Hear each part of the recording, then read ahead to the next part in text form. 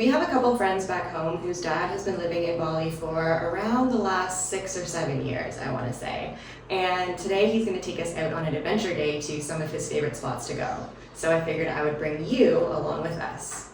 So let's get to it.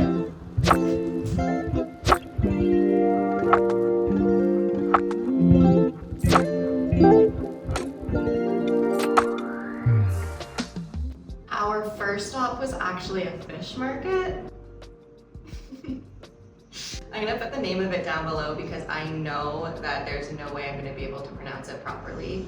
But this is a place that I never in a million years thought that I would find myself, because I'm the kind of person who doesn't even like walking through the seafood section of a grocery store. I did know in advance that we were going here, so I think that I had overly mentally prepared myself for it. I was expecting a lot more fish innards and a much stronger smell than I actually experienced. But it was such a cool thing to kind of go there and see how the market works. And you could actually buy what you wanted at the market and then take it up the road and they cook it for you there fresh. So we ended up picking up some red snapper, some clams, and some prawns, and then we walked up the road a little bit and took it to one of the restaurants.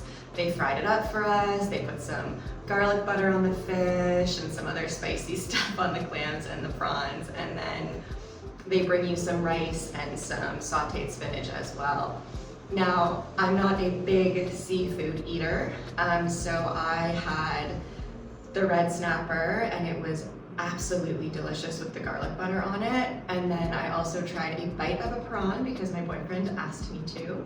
And I have to say, I didn't hate the taste, but I definitely am not a fan of the texture. But we had lunch there, and where we were sitting, we had this beautiful view of the ocean, and we actually got to see a fisherman go out with his nets and set the nets up, and we could see all of the boats that were out there, and it was a lovely place to have lunch. And then after that, we took a short drive to a beach up that way, and it was called, I'm going to try and pronounce it properly, Gangar Beach. And this was nice because it was a little bit less crowded than the beaches in the area that we're staying. So we walked up the beach a little bit and tried to do some snorkeling. And I think that I just have to accept the fact that I'm either not very good at snorkeling or not very good at snorkeling and trying to record at the same time, because I was only able to get this very short little clip of some fish that I saw. But if you look really closely in the clip, you can see where they've been doing some coral restoration. So there's like some metal wiring down there where they've tied some of like the, I guess, baby coral to it, and to help kind of restore the reef a little bit. So that was really fun. I definitely, I don't know, I'm not very good at recording when I'm snorkeling, but I'm okay with it. And then after the beach and snorkeling, we took about a 20-minute walk over to this area where these volcanic rocks actually landed after being shot out of the volcano. And they've created these like natural coves that when the tide is low enough, you can walk around and into them. When we got there, the tide was still pretty high and the waves were crashing a lot against the rock, so we didn't want to risk kind of going out there. But as we were just looking out from this beautiful lookout point, our friend's dad looked at me and he was like, I think we might have an opportunity here where it's safe enough to get into the coves. And after only a brief hesitation, I decided to just go for it, because honestly, when else am I going to have this opportunity?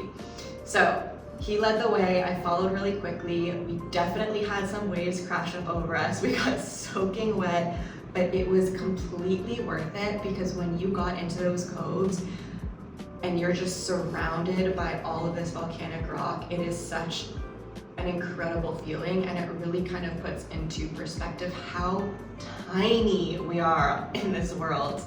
And it was so beautiful, and at one point when you walked to the end of those coves, you could look across into these caves. Now, we didn't cross over and go into the caves, but it was really cool to just see it from that vantage point. And I'm very, very happy that I decided to explore those coves, even if I got soaking wet.